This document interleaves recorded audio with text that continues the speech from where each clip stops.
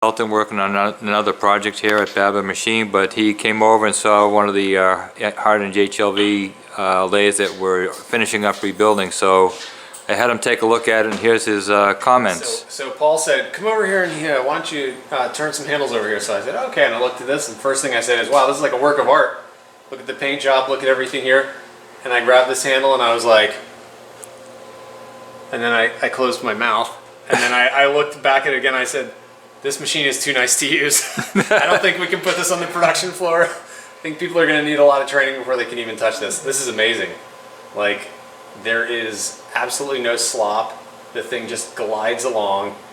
Not only does it look amazing and it's a work of art, literally, I don't even know who I'd let touch this machine. I'd be afraid. I don't even know. This is a beautiful machine. Whoever's getting this is like, I've never seen one like this anywhere. That's absolutely true. This thing is just, Well, yeah, it's incredible. I don't know. we appreciate it. I mean, it's this is unbelievable. You just don't see this anywhere.